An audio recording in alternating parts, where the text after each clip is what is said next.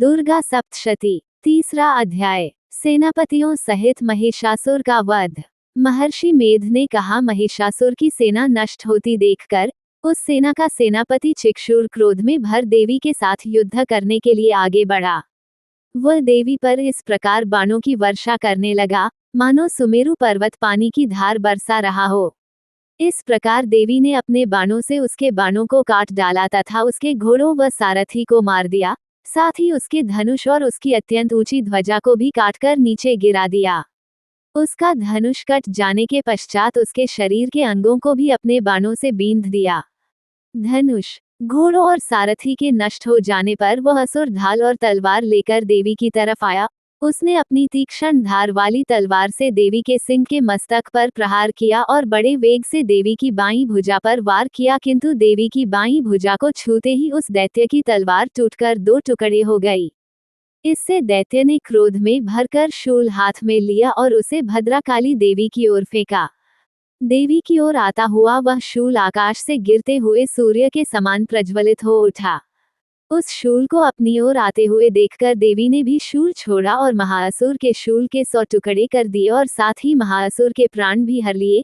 चिक्षुर के मरने पर देवताओं को दुख देने वाला चामर नामक दैत्य हाथी पर सवार होकर देवी से लड़ने के लिए आया और उसने आने के साथ ही शक्ति से प्रहार किया, किंतु देवी ने अपनी हुंकार से ही उसे तोड़कर पृथ्वी पर डाल दिया।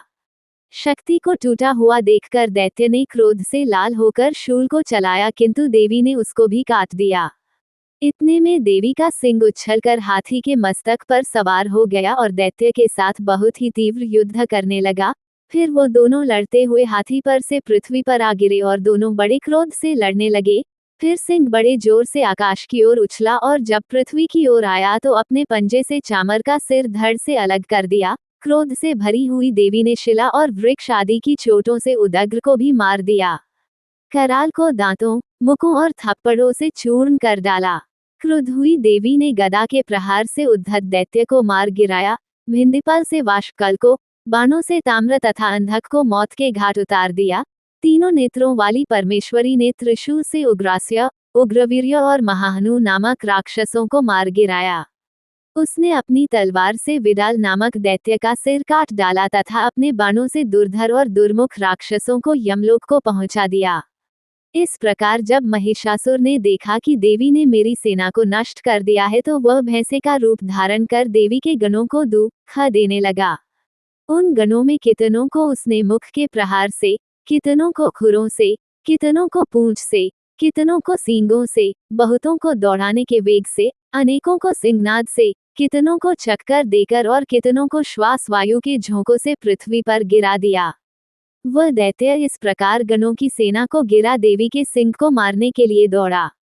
इस पर देवी को बड़ा गुस्सा आया। उधर दैत्य भी क्रोध में भरकर धरती को खुरों से खोदने लगा तथा सींगों से पर्वतों को उखाड़ दोकर धरती पर फेंकने लगा और मुख से शब्द करने लगा। महिषासुर के वेग से चक्कर देने के कारण पृथ्वी क्षुब्ध होकर फटने लगी। उसकी पूंछ से टकराकर समुद्र चारों ओर फैलने लगा। हिलते हुए सींगों के आघात से मेघ खंड खंड हो गए और श्वास से आकाश में उड़ते हुए पर्वत फटने लगे।